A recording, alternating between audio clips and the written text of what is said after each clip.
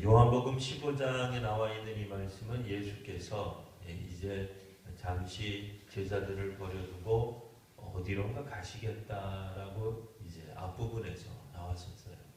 그래서 이제 14장 내용을 보시면 그때 이제 주의 제자들이 조금 근심하게 됩니다. 도대체 주님 어디로 가는지 우리가 알지 못하는데 가시긴 어딜 가신다는 겁니까? 하면서 이야기 나왔던 내용들이 있죠. 내가 곧 길이요 진리요 생명이니, 그러니까 예수님이야말로 진리가 되시고 또 길이 되시고 또 생명이 되어 주셔서 예수님이 곧 길 그 자체 또 생명 그 자체라고 하는 말씀을 해주셨습니다. 그리고 물론 이제 성령께서 다른 보혜사가 오신다는 말씀까지도 첨언해 주시기는 했는데, 자 그러면 예수께서 이제 또 다른 보혜사를 보내어서 제자들에게 바라시는 게 뭔가, 이제 주께서 떠나시게 될 때를 생각하며 주님의 제자들에게 단단히 또 약조를 받기를 원하시고 또 결단하기를 원하시는 내용이 바로 뭐냐, 한마디로 요약하면 너희는 내 제자가 되어라 하는 얘기예요. 그러니까 참단 제자야말로 예수께서 이 땅에서 오셔서 하나님 나라를 선포하시고 또 복음을 증거하신 그 중요한 목적 중에 하나가 바로 제자를 삼는 것, 제자를 이 땅 위에 만들어내는 것, 뭐 이런 것이다 라고 말할 수 있습니다. 15장 1절에서부터 앞부분에 나와 있는 몇 구절들은 이제 예수님 자신을 포도나무라고 묘사하며, 이제 아버지는 농부다, 예수님이 포도나무일 때 너희들은 나의 품 안에 있는 나와 함께 있는 가지다 라는 말씀을 하십니다. 근데 오늘 좀 독특한 표현이 나옵니다. 2절에 보시면 내게 붙어 있어 열매를 맺지 아니하는 그런 가지는 아버지께서 제거하실 것이다, 가지치기를 하실 것이다 라는 말인데, 가만히 다시 한번 살펴보면 내게 붙어 있어서 열매를 맺지 아니하는 가지가 있다라는 말입니다. 우리가 이제 문자적으로 보면 예수님께 함께 있으면서 열매를 맺지 못하는 가지가 과연 있겠느냐라는 생각을 할 수 있겠습니다. 그럼 이제 의문이 드는 거죠. 아니 어떻게 예수님에 붙어 있는데 열매를 안 맺을 수 있을까? 근데 이거는 그런 표현이라기보다는 일반적으로 우리들이 농사를 짓고 또 임업을 할 때 나타나는 그런 현상들을 생각해 보시면 됩니다. 나무를 키우다가 보면 이 나무에 여러 가지 가지들이 나와 있는데, 아니 특별히 어떤 가지는 정말 열매를 못 맺는 그런 가지가 있어요. 그러면 농부는 그 가지를 가차없이 잘라버립니다. 왜냐하면 그래야 남아있는 가지들도 열매를 잘 맺을 수 있기 때문에 그래요. 어차피 그 몇몇 가지들은 생명력을 잃어버렸어요. 겉보기에는 이 원나무에 붙어 있는 것 같지만 실제로는 그 안에서 어떠한 기능도 하지 못해. 오히려 그냥 거기서 썩어가는 거예요. 죽어있는 나무가 있는 거예요. 그래서 멀리서 보면은 그것이 마치 붙어있는 살아있는 나무가지처럼 보이지만 가까이에서 보면 실제로는 살아있는 가지가 아니기 때문에 당연히 잘라버려야죠. 그런 말씀을 하고 있는 겁니다. 자, 그러면 이제 실제적으로 예수님이 이제 그 농사를 지을 때 혹은 가지나무에 대한 어떤 그런 표현을 하신 것인데, 그럼 이게 오늘 우리들에게 어떤 의미가 있겠습니까? 예수님에게 붙어 있기는 하는데 열매를 못 맺는 가지라고 하는 말은 겉으로 보기에는 그리스도인인 거예요. 겉으로 보기에는 교회를 잘 다니고 있는 거예요. 뭐 때로는 그가 심지어는 목회자일 수도 있어요. 항존직일 수도 있어요. 그런데 그가 열매를 못 맺는 그와 같은 가지일 수 있다고 얘기해요. 오늘 본문 안에서 나오는 것은 예수님을 따르는 제자들 중에, 그러니까 예수님을 따르는 12제자뿐 아니라 수많은 제자들이 있었잖아요. 근데 그 제자들 중에 예수님을 따르겠다고 겉으로는 신앙 고백하는데 실제로는 내면의 변화가 아무것도 안 일어난 사람을 말하는 거예요. 그러니까 아마도 그들은 예수님이 기적을 베푸는 것을 보고 마음에 흠모하는 마음이 생겼을지 몰라요.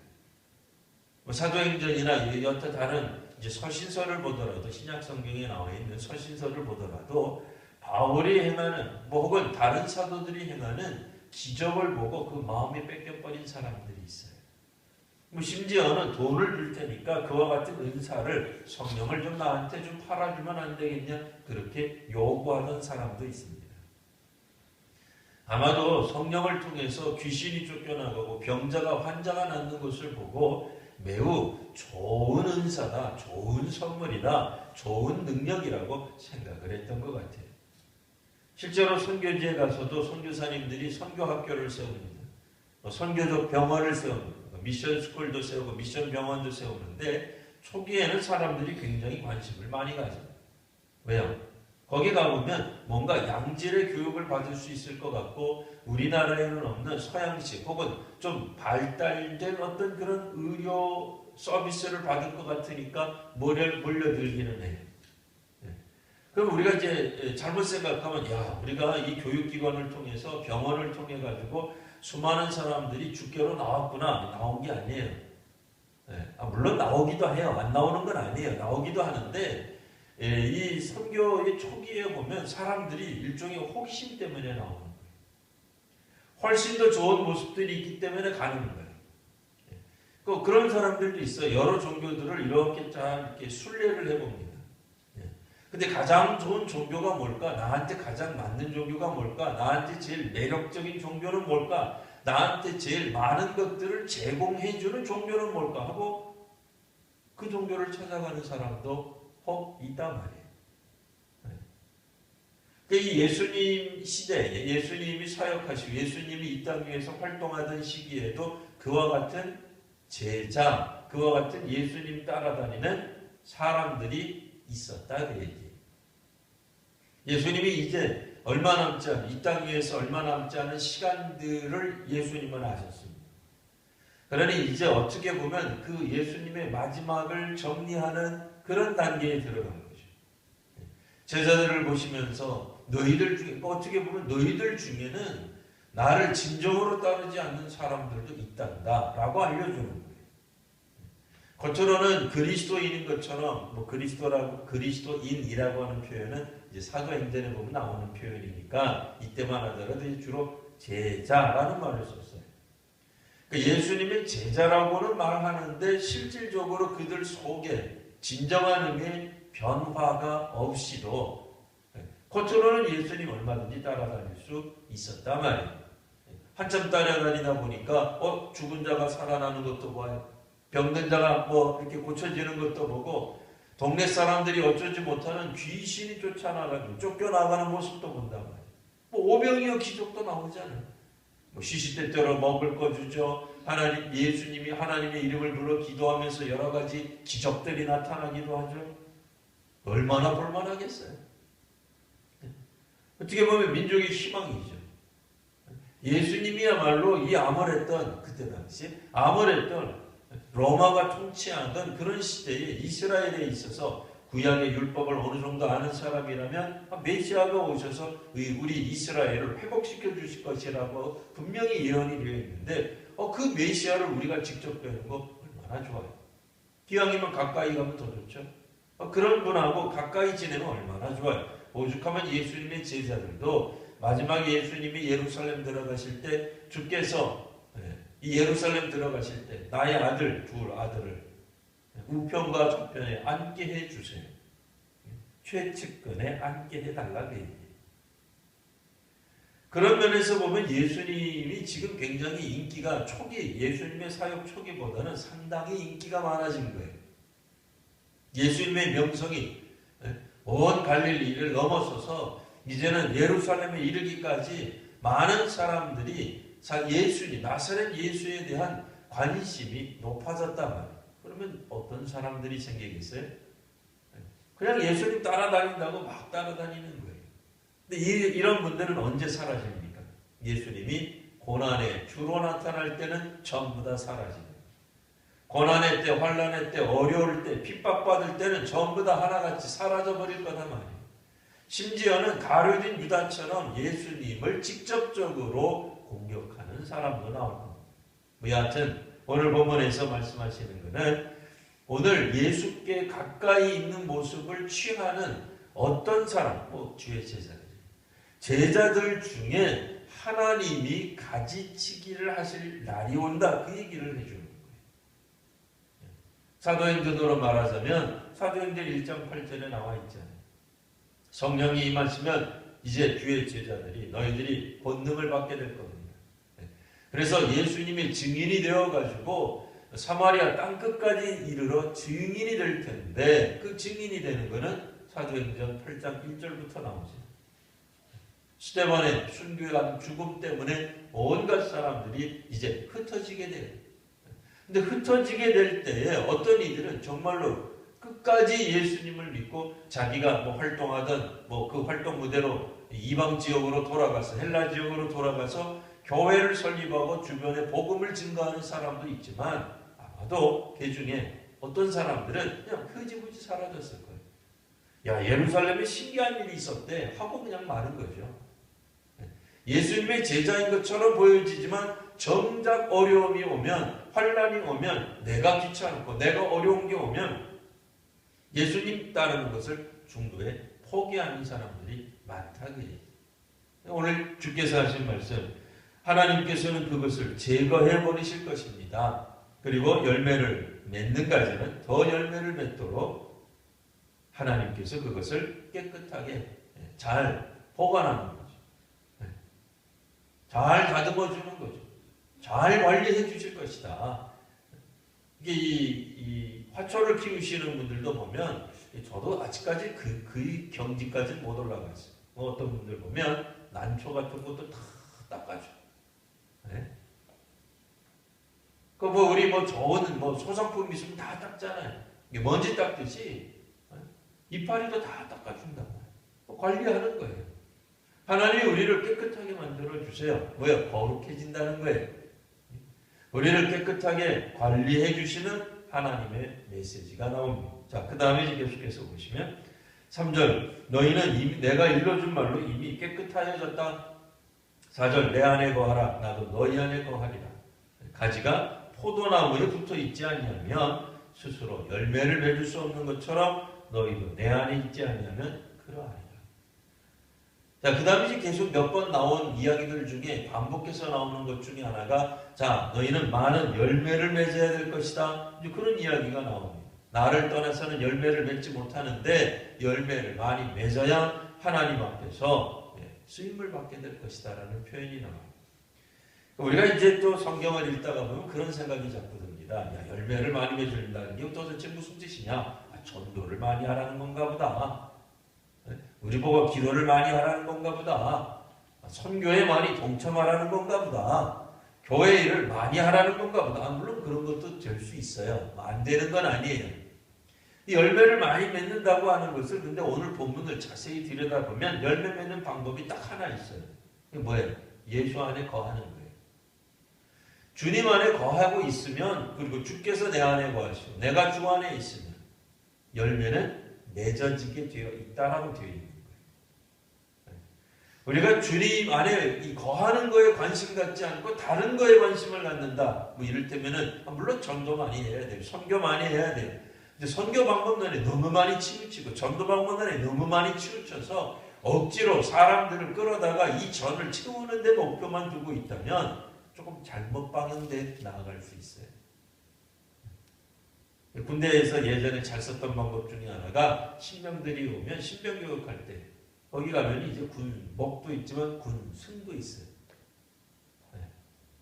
뭐 어떻게 해서 교회를 데려간다 그랬어요? 우리는 초코파이 하나 준다. 이제 신병 때 뭐라 하라. 와, 초코파이 준다. 오 가는 거예요. 그 다음에 이제 군 승께서 스님이시죠. 우리는 초코파이에다가 초코 우유도 준다. 우와! 그 다음 주에 저쪽으로 가는 거예요.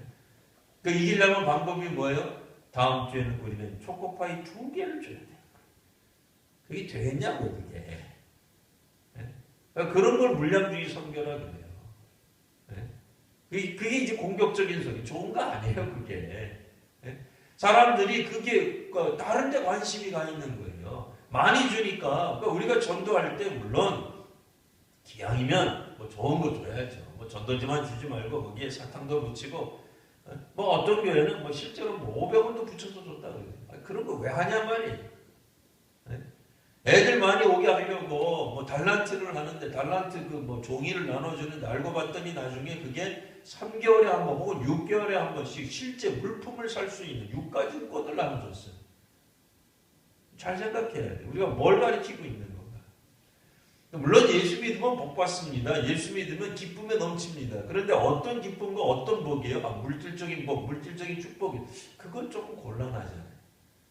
우리가 하나님 나라를 가르치는 것이고 하나님 나라의 기쁨을 얻는 것이고 예수님이 주시는 그 기쁨을 얻는 그 신앙 교육을 해야 되는데 그게 되지 않으면 뭐예요? 내가 먼저 신앙 안에 없는 거예요.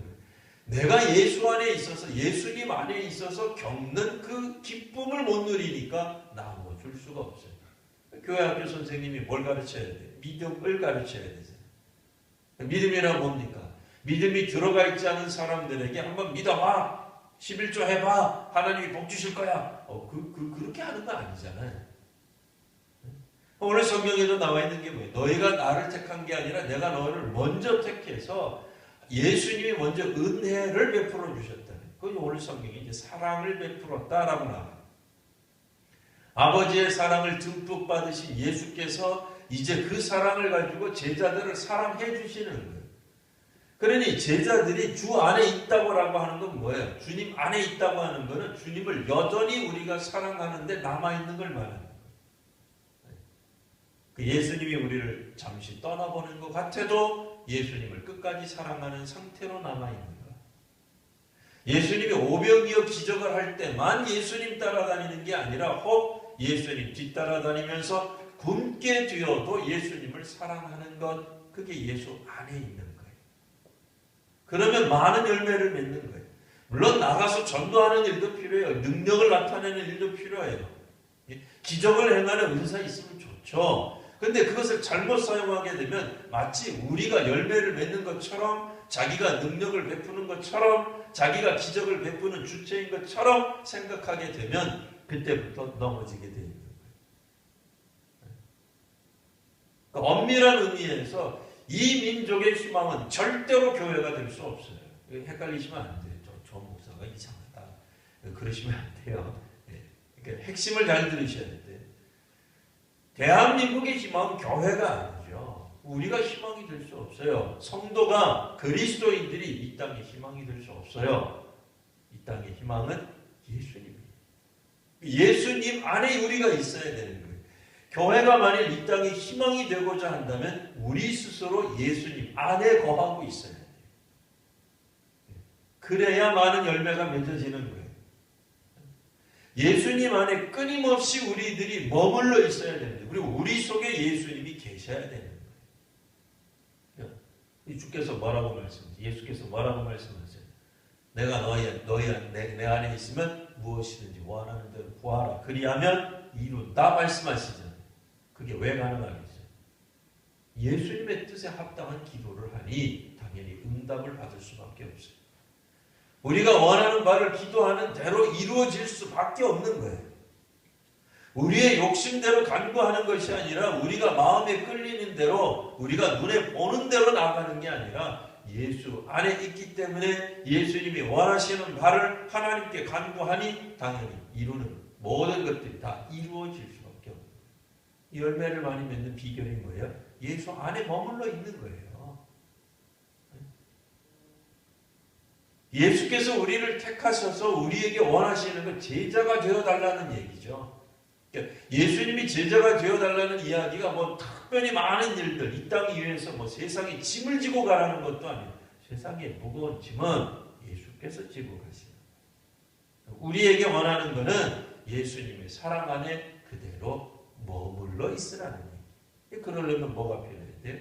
예수님의 사랑을 깨닫는 일이 필요한 거예요. 오늘 새벽에 오신 분들은 혹은 문자를 받아보신 분들은 알 거예요. 하나님이 뭐라고 말씀하셨어요? 나는 너희들의 하나님 여호와다 이렇게 얘기를 해요. 근데 그렇게 되기 위해서 하나님이 하신 하나님의 행위가 있어요. 뭐예요? 그러기 위해서 내가 너희들의 하나님으로 조금 표현이 이상합니다만 인정받기 위해서 그거를 내가 증명하기 위해서 나는 너희를 애굽에서 구원해내지 않았느냐라고 말씀하시는 거예요. 하나님의 은혜가 먼저 있는 거예요. 하나님의 역사하심이 먼저 있는 거예요. 자, 하나님이 먼저 이스라엘 백성들에게 사랑을 베풀어 주시고 그 다음에 말씀하는 거예요. 자, 나를 하나님으로 섬길래 안 섬길래? 하나님으로 인정할래 안 할래? 라고 말씀하시는 거예요. 오늘 똑같은 패턴으로 신약성경 예수께서 주의 제자들에게 이런 말씀을 하시는 겁니다. 자, 9절 보시면 아버지께서 나를 사랑하신 것 같이 하나님이 예수님 얼마나 사랑하시겠어요? 왜냐면 아버지니까. 아버지가 아들 사랑하는 게 그 사랑 뭐 이루 말할 수가 없잖아요. 뭐 꼭 우리 인간으로 표현하지 않아도. 자, 그런데 나도 너희를 사랑하였으니 하나님 아버지가 예수 그의 아들 하나님의 아들 예수님을 사랑하신 것처럼 우리는 예수님의 아들들은 아니에요. 근데 예수님이 그와 같은 사랑으로 우리를 사랑했으니 자, 나의 사랑 안에 거하라 라고 말씀하시는 거예요. 예수님의 사랑을 깨닫고 또 깨닫고 또 깨달을수록 우리는 예수님의 사랑 안에 머물게 되는 거예요. 예수님이 우리를 뭘 해줘서 기도했는데 즉각적으로 응답을 해줘서 물론 응답해주면 고맙죠. 감사하죠. 근데 응답하지 않아도 하나님이 즉각적으로 우리가 원하는 바를 이루어 주시지 않아도 예수님이 우리를 사랑한다는 걸 알면 우리는 예수의 사랑 안에 거할 수 있는 거예요. 우리가 사랑하는 어떠한 것들이 점점 빼앗겨질 때가 있어요. 우리 시간이 점점 사라지죠. 젊음이 사라지기도 하죠. 그죠? 건강이 사라지기도 하죠. 어렸을 때 그런 기도 안 해봤어요? 주님 저 더 이상 나이 먹지 않게 해주시옵소서. 이 응답이 안 되는 거예요. 여태까지 응답이 안 돼요. 그 응답 받았다는 사람 제가 들어본 적이 없어요. 그러니까 응답에 우리들이 초점이 맞추기 시작하면 어느 교회를 출석해야 돼요? 어느 종교를 가야 돼요? 간구할 때마다, 기원할 때마다, 빌 때마다 응답이 쏟아지는 종교와 교회로 가야 돼요. 우리가 간구할 때 우리가 막 위로를 받기를 원합니다. 그때 막 위로가 되는 어떤 캠페인, 뭐 세미나, 뭐 연구, 음악, 거기로 가셔야 돼. 물론 예수님이 우리에게 위로 안 하시면 그런 얘기는 아니에요. 근데 우리가 생각하는 어떤 것들이 먼저 가기 시작하면 뭐 사업 잘 되게 해주시는 거기 가서 뭐 매달릴 수밖에 없죠. 우리가 신앙을 갖는 이유는 뭐냐? 예수님의 사랑 가운데 머무는 거예요. 지금도 예수님이 나를 사랑한다라고 믿음이 있어야 돼요. 그러려면 어떻게 해야 돼요? 예수님이 우리를 먼저 사랑하신 것을 체험하고 있어요. 그러니까 하나님 체험 없이는 이건 뭐 죽었다 깨어나도 뭐 예수 믿을 수가 없어요. 물론 우리도 열심히 전도해야 됩니다. 교회가 따뜻한 사랑을 나눠줘야 됩니다. 이웃을 돌봐야 됩니다. 가난한 자를 위해서 함께 해야 됩니다. 정말로 어렵고 서럽고 불쌍한 억눌린 사람들을 위해 교회도 활동해야 됩니다. 그럼 그와 같은 교회가 활동하면 이 전 세계 믿음의 사람들이 다 예수 믿는단 말입니까? 그렇진 않아요. 그렇게 되면 얼마나 좋아요. 그렇지 않아요. 물론 우리도 열심을 내야 돼요. 우리도 그들을 열심으로 사랑해 드려야 돼요. 그러나 궁극적으로는 사람들이 하나님의 사랑을 느껴야, 예수님의 사랑을 경험해야 그들이 예수께 있어요. 우리의 사랑을 느끼는 사람은 우리한테 있겠죠. 그러나 이제 우리가 배신했다든지 우리가 그들의 마음에 만든다든지 그럼 우리 멀어지죠. 그런 거 많잖아요. 우리가 힘 있고 돈 있고 그럴 때는 주변에 친구들 많잖아요. 사람들 많잖아요. 집에 놀러 온다 그러잖아요. 근데 우리가 돈 잃고 뭐 직장 잃고 힘 잃고 병 따면 다 사라지잖아요. 그러니까 나한테 매력을 느끼고 나한테 은혜를 받은 사람 나한테는 오죠. 근데 우리가 힘 없어지면 우리한테서 은혜를 받을 게 없다고 생각하면 사라지잖아요. 그러니까 오늘 우리들은 우리에게로 오는데 목표하지 않아요. 물론 우리 교회에 나와서 출석가서 신앙생활 같이 해서 하나님 나라, 영원한 하나님 나라 함께 가는 게 귀하고 좋은 일이지만 결국 궁극적으로 우리 각자 한 사람 한 사람 모두가 다 하나님을 믿어요. 근데 겉보기에는 예수님 다 따르는 것 같지만 개중이 아닌 사람도 있다. 이게 뭐 구원론이 잘못된 거냐? 아니, 그렇지 않죠. 아니, 우리 장로교 시대 요한 칼빈, 깔뱅이라고 요즘 부르는 깔뱅도 그런 얘기 했어요. 보이는 교회와 보이지 않는 교회가 있다고 했어요. 그러니까 보이는 교회는 뭐예요? 우리 눈으로 볼 수 있는 교회 출석하는 이 지상에서 우리들이 셀 수 있는 그런 그게 바로 보이는 교회예요. 우리는 그 교회가 뭐 당연히 하나님 믿는 백성 공동체라고밖에 말 못해요. 근데 칼빈이 뭐라고 말했어? 보이지 않는 교회가 있다. 우리가 못 보는 교회예요. 우리가 하나님은 보실 수 있지만 우리는 보지 못하는 교회가 있어요. 하나님이 진짜로 인정할 수 있는 그 교회가 참된 교회다. 그게 바로 구원받는 성도라는 거예요. 그러니까 보이는 교회는 다 구원받는다고 절대로 말하지 않는 거예요. 그렇게 말할 수 없는 거예요. 이게 장로교 신학에 나오는 거예요. 근데 그게 장로교 신학이 우선되는 게 아니라 예수님이 지금 벌써 말씀하셨어요. 예수님의 제자라고 불리운, 그러니까 우리로 말하면 교인이에요. 교인이라고 해서 다 구원받는 줄 아는, 그렇지 않다라고 말씀하고 계시는 거예요. 그럼 진정한 의미의 교인, 열매를 많이 맺는 가지, 그럼 도대체 그러니까 열매를 못 맺는 가지를 잘라버렸으니까 당연히 남아있는 가지는 열매를 많이 맺겠죠. 열매를 많이 맺는 가지는 뭐예요? 예수님이라고 하는 포도나무에 제대로 붙어 있어서 생명력이 왔다 갔다 해서 열매를 맺는 그 가지를 말하는 거예요. 근데 그 전에 있던 가지는 붙었긴 했죠. 예수님이라는 포도나무에 붙어 있는 가지 중에 하나였는데 어찌된 일인지 이 가지는 열매를 하나도 못 맺어요. 잘라버린단 말이에요. 그 생명력이 안 들어가요. 죽어있는 가지니까. 겉보기에만 가지라고 해서 진짜 가지가 아니다 그 얘기예요. 다 가지치기가 될 운명에 놓여져 있단 말이에요. 그럼 우리는 당연히 믿을 때 고민될 수밖에 없어요. 참 제자가 되어야 되는 거죠. 수많은 사람들이 예수님의 제자라고 할 때 그 수많은 제자 중에 참 제자가 있고 참 제자가 아닌 제자가 있다는 얘기잖아요. 기왕이면 교회에 우리가 신앙생활하고 몇 대째 있고 참 제자가 돼야지. 가짜 제자가 돼서 되겠어요? 안 되죠. 얼마나 아까워요. 그 세월이 얼마나 아까워요. 그렇게 믿을 이유가 하나도 없는 거잖아요. 그러기 위해서 많은 열매를 맺는다는 게 우리가 일을 많이 하고 업적을 많이 남긴다는 얘기가 아닙니다. 많은 열매를 맺는 것은 방법이 딱 하나예요. 뭐예요? 예수 안에 있는 거예요. 예수님을 사랑하게 되는 사람은 마치 예수님이 그랬던 것처럼 예수님이 어떻게 했어요? 하나님을 사랑하니 하나님의 말씀에 예수님은 순종했다는 거예요. 하나님의 계명에 예수님은 그대로 순종했다. 왜? 하나님 사랑하니까.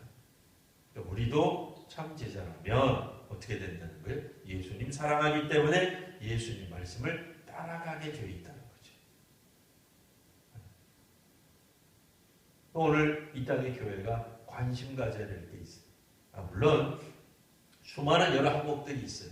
일단 오늘 본문을 통해서만 말씀드린다면 예수님 사랑하는데 성공하고 있어요. 성공이라니까 좀 개념이 이상합니다만 그것에 우리가 분명히 서 있어야 돼요.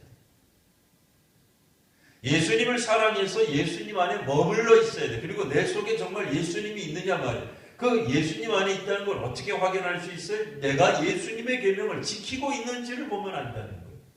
예수님 계명이 지금 뭐라고 말해요? 서로 사랑하라고 말하는 거예요. 어떻게? 예수님이 우리를 사랑하는 거죠. 그래서 나온 가능한 얘기가 뭐예요? 너희는 원수도 사랑하라. 예수님이 가르쳐 준 거는 원수까지도 사랑하는 거예요. 그러니까 우리에게 주어진 건 사랑하는 데 있어요. 미워하는 데 있지 않아요. 원수 갚는 데 있지 않아요. 복수하는 데 있지 않아요. 근데 믿음의 공동체가 만들 복수하는 데 시간을 보낸다면 그거 얼마나 아까운 거예요. 싸우는데 시간을 보낸다면 그건 허송세월하는 거예요. 그건 죄예요. 그건 잘못 가고 있는 거예요. 바르게 가고 있는 건 절대로 아니에요. 사랑하기에도 바쁜 거예요. 그러니까 정 미워하는 사람이 있으면 어떻게 해요? 일단 포기하고 사랑하는 사람을 더 사랑하시면 돼요. 그러니까 사랑하는데 시간을 많이 보내세요. 미워하는데 시간 보내지 마시고. 다른 사람 험담할 수도 있어요. 아, 왜 사람이니까 그럴 수 있죠. 근데 험담하는데 시간 많이 보내지 마세요. 사랑하는데 시간을 더 많이 보내세요. 우리가 얼마나 시간이 짧아요. 유한하잖아요. 다 주어진 시간이 제한이 돼 있어요. 기왕이면은 마지막까지 아들아, 나의 딸들아, 이 애비의 원한을 너희들이 꼭 갚아주길 바란다. 이러면서 그 옛날 홍콩 영화에서나 나오는 거지. 이 사부의 원수를 그런 거지. 이 예수께서 지금 사실 예수님이 지금 죽음을 앞두고 계시거든요. 알고 계시거든요. 주의 제자들에게 하시는 말씀의 핵심이 뭐냐면 사랑을 이야기하고 계세요. 예수님은 하나님도 사랑했고 제자들도 사랑했다는 거예요.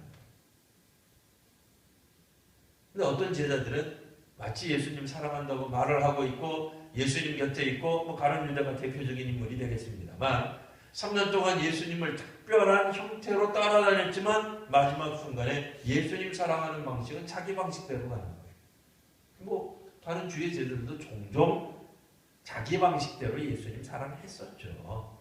예수님이 이제 예루살렘에 올라가서 죽을 것이다 그렇게 얘기하니까 베드로도 얘기했잖아요. 주님 그리 마옵소서 하고 예수님을 꾸짖기까지 했어요. 오죽하면 예수님이 사탄아 내 뒤로 물러가라. 베드로 입장에서 서운하죠. 아니 이 무슨 스승님이라는 사람이 제자가 스승을 걱정하고 있는데 그거를 가지고 사탄아 물러가. 야, 내가 이 스승님 잘못 봤네 할 수도 있는 대목이잖아요. 예수께서 하시는 말씀은 하나님을 사랑하는, 그래서 하나님의 명령에 순종하는 주의 뜻 가운데로 걸어가는 예수님을 보지 못한 거죠. 그럼 뭐라고 그래요? 가서 십자가 지지 말라고 얘기하는 거죠. 그러면 안 되죠. 그건 잘못된 사람이라는 거예요. 오늘 우리들에게 있어서 주어진 제자로서 살아가는 그게 핵심입니다. 그러면 제자가 된다는 건 예수님 사랑하는 거예요. 그래서 예수님이 하신 계명, 물론 이제 사람들마다 해석하는 거, 강조하는 거, 우리가 또 특별히 따르고자 하는 것들이 조금씩 다를 수는 있습니다. 여하튼 우리가 믿고 있는 예수님의 계명을 적극적으로 순종하는 거죠. 기쁨으로 나아가는 거죠.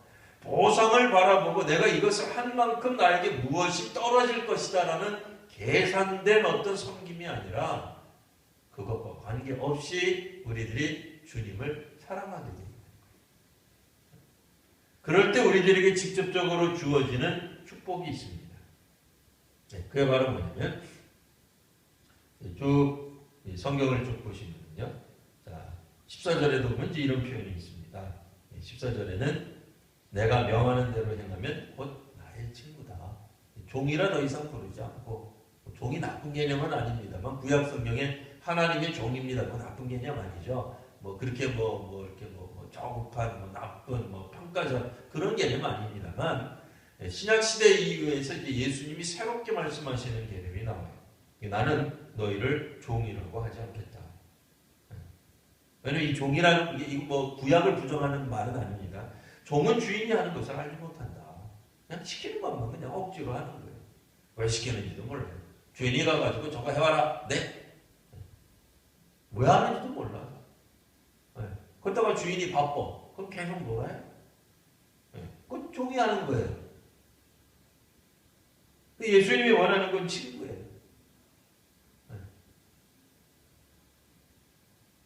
그렇다고 해서 우리가 예수님하고 동격이 되는 건 아니에요. 예수님하고 맞먹는다 그런 거 아니에요. 그런 건 아닌데 예수님이 새로운 개념을 설명해 주시려고 종과 친구의 개념을 들어서 우리들에게 말씀하신 겁니다. 그 다음에 11절에도 보시면 내가 이것을 너희에게 이르면 내 기쁨이 너희 안에 있어 너희 기쁨을 충만하게 하려 합니다. 예수님의 사랑 안에 거하면 기쁨이 충만하게 돼 있어요. 예수님이 주시는 기쁨이 있어요. 기왕 우리가 신앙생활할 때 이 기쁨을 맛봐야 돼. 그러니까 이 기쁨이 없으면 사람들이 자꾸 다른 것에 관심을 가져요. 물론 우리 교회도 저도 생각할 때는 뭐 1000명, 2000명 아니 10,000명, 200,000명 뭐 모였으면 좋겠어요. 근데 그게 우리의 기쁨의 원천이 되면 곤란해져요. 부흥이 나쁘다는 뜻이 아니에요. 저 목사는 부흥하기 싫어한다. 그런 뜻이 아니에요. 부흥이 그러니까 우리 교회 출석 숫자가 늘어가는 것이 우리들의 기쁨의 원천이라면 숫자 늘어나 우리 숫자 줄어들고 있잖아요. 한국교회. 그분들은 밤잠을 설치는 거지. 어떻게 자겠어요? 한국교회 교인들이 그리스도인들이 숫자가 줄어드는데 기쁨의 원천이 거기 있으면 안 돼요. 예수님 안에 거하에 있는 거, 우리 자신이 예수님 안에 거하에 있으므로 주님이 주시는 기쁨이 우리 속에 넘치고 있어야 돼요. 근데 이게 설명이 안 되죠. 설명이 안 돼. 왜? 이거는 경험 안 해보면 모르는 거예요. 귤을 한 번도 먹어보지 못한 사람에게 우리가 무슨 수로 귤을 설명하겠어요? 귤을 먹어봐야 아는 거예요. 성령 체험을 해봐야 아는 거예요. 해본 사람만이 가르칠 수 있는 거예요. 교회의 지도자들은 그러기 때문에 본인이 분명히 신앙에 확신이 있으셔요. 근데 이게 자칫 자기 은사 받은 것, 자기의 간직에 매여 있으면 이거 곤란한 거. 그럼 그걸 자랑하게 돼 있어요. 그게 아니에요. 예수님에 대한 분명한 확신이 있어요. 예수님은 어떤 분이시다라고 하는 게 확신이 있어요. 근데 그 확신은 성경 안에서. 왜? 계명을 지키니까. 성경 안에서 우리가 찾을 수 있습니다. 그래서 조금씩 우리가 매일같이라도 조금이라도 성경을 읽고 계시는. 우리가 정말로 예수님 사랑한다면 읽으려고 애쓰게 돼 있죠. 사랑하는 사람이면 편지 쓰게 돼 있어요. 사랑하는 사람에게 편지가 왔으면 매번 읽게 돼 있어요. 매일같이 그 사람이 우리들에게 편지를 해준다면 그 편지를 기다리게 돼 있어요. 오는 거 확인만 하고 가만히 있겠습니까? 사랑하는 사람이 보냈는데 읽겠죠. 그 사랑하는 사람이 우리에게 이야기한 겁니다. 12시까지 청량리역 앞으로 나오시오. 갈까요? 안 갈까요? 우문이죠. 아니 오락하면 가죠. 왜 안 가겠어요? 거기서 기다리겠다는데 왜 안 가냐 말이에요. 당연히 가죠. 모든 것 다 제껴 놓고 가죠. 그 어떤 것도 비교가 되지 않고 가죠. 누구 보러? 그분만 보러. 그 사람 보러 가죠. 아까 제가 세계 선교하지 말자, 지역 전도하지 말자 그런 얘기가 아니에요. 그런 얘기는 아닌데 만일 예수께서 좀 이상한 표현이긴 합니다만 이 땅에서 너희들 교회 성장하는 거 보고 있을래? 아니면 나 보러 올래? 정답은 하나잖아요. 예수님 보러 가는 거죠. 우리 교회 가득 차는 거 보러 오실래요? 그러면 저기 강 건너에 세계에서 제일 큰 교회 있다니까요. 수십만 명이 모이는 우리 장로교회에서는 아직도 수십만 명이 모이는 교회는 없어요. 근데 저 교회는 있어요. 아니 숫자로 하나님의 은혜가 넘치고 성령이 충만하면 저 교회가 넘치는 거죠. 우리 장로교회는 없죠. 어디가 있겠어요. 우리 장로교회도 가장 많이 모여도 실제 출석수는 몇만 명이에요. 3만 명, 4만 명이에요. 우리 교단. 제적은 10만 명 그래도 실제 출석수는 그렇게 안 돼요. 근데 저기는 몇십만 명이에요. 숫자로 말하면 우리 누구도 우리는 하나님 앞에서 은혜 받았다고 말 못하는 거예요. 그럼 그렇게 되냐 말이에요. 그거 아니잖아요. 개척교회 중국이나 중동 지역에서 사역하는 선교사님 10년 동안 사역해도 혼자서 하는데 그건 뭐 성령 충만 없어요? 하나님 동영 안 하세요? 하나님 역사 안 하시냐고요? 아니잖아요. 하나님 역사 하시잖아요. 한국에 처음 왔던 선교사님들도 처음부터 뭐 한국교회가 이렇게 될 줄 누가 알고 왔겠어요? 그렇지 않아요. 한국교회는 때로 천주교회에 약간 빚이 있다 그랬죠. 왜 그랬어요? 한국교회보다 100여 년 전에 와서 우리보다도 훨씬 전에 그분들이 많이 선교당했다니까요. 오늘 우리들이 믿는 것은 우리들에게 지금 당장 주어지는 어떤 뭐 세상적인 어떤 그런 복락들, 기쁨들, 충만함들, 풍요가 아니란 말이에요. 그렇게 믿기 시작하면 예수님 초기에 믿었던 분들은 풍요를 경험했겠습니까? 그렇지 않잖아요. 박해를 당했어요, 오히려. 콘스탄틴 대제가 로마의 황제가 기독교라고 하는 종교를 로마의 어떤 국교 중에 하나로 인정하기 전까지 얼마나 많은 그리스도인들이 죽어갔냐 말이에요. 무려 300년 동안. 그분들은 도대체 뭘 바라고 믿은 거예요? 부자가 되기를 했겠어요? 풍요롭기를 했겠어요? 사람들이 사회에서 인정해 주기를 했겠어요? 그들이 대중 앞에서 내가 예수 믿는 사람이라고 함부로 말할 수 있기를 했겠어요? 뭘 했겠어요? 그래도 끊임없이 주님을 사랑했던 사람들이 있어요. 삶의 영역 가운데 하나님이 날 사랑하심을 그래서 반드시 체험해 보셔야 돼요. 그 체험이 있는 사람은 뒤돌아서지 않아요. 물론 유혹을 받아 때로는 뒤돌아보기도 하고 주저앉을 수도 있어요. 그러나 계속한다. 멈출 수가 없죠. 하나님이 계속 나를 사랑하시고 나를 부르시고 지금도 함께 하시고 혹 내가 이 땅 위에서 생명이 다하는 그날까지도 주께서 나를 부르신다는 걸 믿는데 어떻게 여기서 멈출 수 있겠어요? 주의 계명, 주의 말씀이잖아요. 주께서 부르시는데 왜 안 가겠냐 말이에요. 주께서 말씀하시는데 왜 그 일을 안 하겠냐 말이에요. 주의 명령으로 들리기 시작하면 사람이 바뀌게 돼 있어요. 그게 소명이에요. 그게 사명을 다하는 거예요. 그게 교회가 해야 될 일이에요. 주 안에 있는데 왜 기도하기를 멈추겠어요? 기도하는 게 왜 신나지 않겠어요? 주님과 더불어 예배하는 게 정말 기쁨이죠. 축제죠. 일주일 내내 우리 사실 평상시에도 예배 드리고 싶지만 어떻게 그래요? 현대사회가 못 드리잖아요. 근데 주일만 기다려질 수밖에 없는 이유가 거기 있는 거 아니에요? 우리 예전에 그랬잖아요. 처음 예수님 영접하고 은혜 막 쏟아져 내렸을 때 왜 주일 기다리셨어요? 그날이 사모했잖아요. 기다렸잖아요. 왜요? 목사님이 설교 잘해서 아니에요. 네? 하나님 말씀 듣는 기쁨, 하나님 뵈러 간다는 기쁨으로 충만해 있었단 말이에요. 기도도 배우고 싶었어요. 성경도 배우고 싶었어요. 찬송도 배우고 싶었잖아요. 기존의 성도들은 몇 장 그러면 다 불러져 있겠는데 우리는 모르잖아요. 맨 처음 믿은 사람들.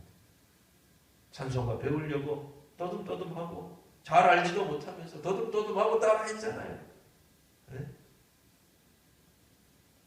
교회 학교에서 성경 외우자 그러면 어려워도 외우고 했잖아요. 그 모든 출발은 달란트 더 받으려고 하는 거 아니에요. 교회에서 직분 받으려고 하는 거 아니에요. 이 땅 위에서 우리가 사업 성공하려고 하는 것도 아니에요. 뭐야? 예수님 사랑하는 것 때문에 했었다. 예수님 사랑하는 것이 오늘도 우리들의 사역의 동력이 되어야 돼요. 출발점이 되어야 됩니다.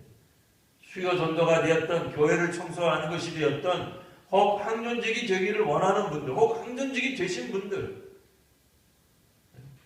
모든 우리들의 삶의 목표는 예수님 사랑에서부터 하는 거예요. 목사가 된 이들도 마찬가지. 예수님 사랑해서 하는 거지. 그게 빠지기 시작하면 곁길로 가요. 다른 데로 가잖아요. 이단이 난리 있어요. 그렇게 해서 이단 되는 거잖아요. 오늘 우리가 예수께서 제자들에게 하셨던 말씀의 상황, 이 요한복음도 이 21장까지잖아요. 벌써 이제 15장인데 21장 얼마 안 남았잖아요. 근데 21장은 이미 예수님이 부활하신 다음에 주의 제자들하고 하는 얘기예요. 그러니까 우리가 뭐 다 안 읽었지만 몇 장에서 예수님 운명하신다 그거 못 읽었지만 오늘 15장이고 21장까지 얼마 안 남았잖아요. 그 안에 예수님 별세하시고 예수님 뭐 하는 거지? 곧 돌아가시기 얼마 전에 제자들에게 하시는 말씀. 왜 그래? 이게 왜 중요해? 예수께서 제자들에게 하시고 싶었던 말을 정말로 하시고 계시는 거예요. 그 이전에는 그만 아니었냐? 근데 사실 그 이전에는 사역이 주로 많았어요. 보여주는 게 많았다. 기적이 많았단 말이에요. 요한복음 뒤로 가면 갈수록 예수께서 제자들에게 말씀하시는 게 정말 많아져. 중간에도 제자들이 물어보잖아요. 아니 왜 안 믿는 사람, 저 사람들에게는 이렇게 비유로만 하시고 왜 우리도 어떨 때는 잘 모르겠습니다. 그런 얘기 하는데 이제 보니까 예수님이 이렇게 한꺼번에 제자들에게 말씀을 많이 하셨나 싶을 정도로 굉장히 많은 말씀을 하고 계시는 게 지금 요한복음에 확 들어있거든요. 뭐겠어요? 정말 예수님이 하시고 싶은 얘기가 있는 거예요, 진짜로. 제자들 보고 들으라고 하는 얘기예요. 그렇지 않고서야 이렇게까지 한꺼번에 말씀을 많이 하실 리가 없잖아요. 핵심이 뭐다? 제자가 되라는 거예요. 제자들이 영문도 모르고 이게 뭔 소린가? 이미 우리들은 예수님의 제자인데 왜 또 제자가 되라고 하는 건가? 제자인 것처럼 보여도 열매를 못 맺는 사람입니다. 가지로 설명했어요. 포도나무와 가지로. 어떻게 해야 열매를 많이 맺는다는 거냐? 나가서 많이 전도하는 거. 물론 전도도 중요한 거예요. 사역을 많이 하라는 거예요. 사역도 많이 하는 게 좋은 거예요. 근데 예수님 안에 있는 거예요. 이거는 우리 권사님들도 할 수 있잖아요. 환자들도 할 수 있잖아요. 어린아이들도 할 수 있잖아요. 가정주부도 할 수 있잖아요. 우리가 중동지역 나가가지고 무슨 수로 전도하겠어요. 성도님들 이 근처 살지도 않는데 우리 교회 성장을 위해서 우리 교회 성장 위해서 전도하는 여기서 해야 될 거 아니에요. 그런 거 아니라고요. 그냥 각자가 예수님 안에 머무시면 돼요. 사랑 안에. 그러면 열매를 맺게 돼 있어요. 생명력이 나온다니까요. 우리의 생명력이 아니라 예수님의 생명력이 그 가지를 통해서 포도나무의 생명력인 포도가 열매가 맺게 돼 있다. 가지 자체는 아무 일도 할 수 없어요. 가지가 포도나무를 물론 포도를 맺게 하는 거지만 포도나무에 붙어 있으니까 포도가 열리는 거지. 우리 스스로 뭘 어쩌겠어요. 그러니까 우리는 포도나무에 잘 머물러 있으면 돼요. 사랑하는 거예요. 끝까지 붙드는 거예요. 도망가지 않는 거예요. 주저앉지 않는 거예요. 내 마음에 안 든다고 포기하지 않는 거예요. 불만 있다고 멈췄으면 어떻게 주 안에, 예수 안에, 예수님의 사랑 안에 머물 수 있겠습니까? 오늘 이 말씀을 통해서 우리가 함께 기도할 때 주님, 정말로 우리가 주님을 더욱 사랑하게 해주세요. 이 주님이 이미 우리 사랑하셨어요. 어떻게 해야 돼요? 첫사랑 기억해 보세요. 혹은 여러 경험이 많은 분들은 지금 주께서 우리를 사랑하시는 걸 다시 한번 떠올려 보세요. 그러니까 조금 과장되게 말씀을 드릴게요. 여러분, 밖에 나가서 혹 전도를 못하셔도 좋아요. 교회 학교에서 아이들 못 가르치실 수도 있어요. 좋은 목청으로 찬양대에서 쓰지 못할 수도 있어요. 몸이 아파서 매주일 우리 교회 출석 못할 수도 있어요. 그래도 우리 성도님들 열매 맺을 수 있습니다. 주 안에 계시면. 예수님을 계속 사랑하시면.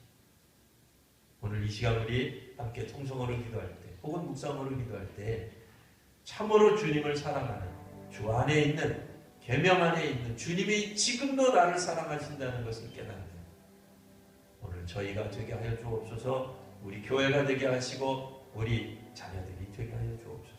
함께 기도하겠습니다. 걸어가신 주님, 오늘 믿음으로 살아가는 귀한 성도들이 함께 모여 금요 기도회로 모였습니다. 주께서 저희들의 입술을 주장하시고 마음을 주장하여 주옵소서. 우리가 주의 제자로 살아간 지 수십 년입니다. 이제 우리 주 안에 있는다고 하지만 주를 참으로 사랑하고 있는지 아버지 하나님, 우리 한국교회를 특별히 더욱더 사랑해 주시니 감사합니다. 우리 주님의 사랑이 아니었더라면 한국교회가 지금처럼 성장할 수도 없었을 것입니다.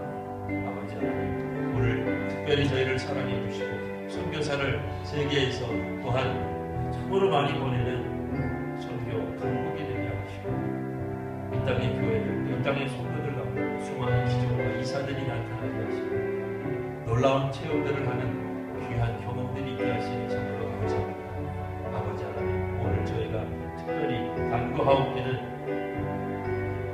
우리가 더욱더 주님의 사랑 안에 머물게 하여 주시옵소서. 주님의 사랑을 깨닫는 교회가 되게 하시고 성도들이 되게 하여 주시옵소서. 지금까지 우리를 인도하신 주님의 사랑을 기억하게 하여 주시옵소서. 지금도 날 사랑하신 주님을 기억하게 하여 주옵소서. 여전히 어리고 연약하고 악하고 죄를 범하고 있는데도 끝까지 나를 사랑하시는 우리 주님을 기억하게 하여 주시옵소서. 형제를 미워하고 서로를 미워하고 질투하고 공격하고 복수하고 원수를 갚는 일에 매진했던 우리를 여전히 사랑하는 우리 주님을 기억하게 해주시옵소서. 아버지 하나님, 우리가 영적으로 나태해져서 혹은 실족하여서 이제는 우리 속에 기쁨도 없고 감동도 없고 주를 위해 헌신코자 하는 마음도 사라진 지 오래지만 이제 다시 한번 주님이 우리를 사랑하시고 깨닫고 주를 사랑할 수 있도록 은혜를 더하여 주옵소서. 전도를 하지 않고 주님 사랑한다는 말을 하지 않고 하나님 나라를 위해 사역하는 것 하지 않았던 저희를 주께서 지금도 사랑하시고 지금도 돌아오기를 기다리고 계신 것 같아요. 아버지 하나님, 병환 중에 있는 우리 성도들을 굳세게 붙잡아 주옵소서. 병환 중에 있다고 아무것도 못하는 것이 아니라 그런지 우리가 병원에 있어서 혹은 요양병원에 있어서 하나님을 사랑할 수 있는 줄 알고 주님을 사랑하는 이들이 열매를 맺는다고 하셨습니다. 오늘 저희로 하여금 참으로 열매를 맺는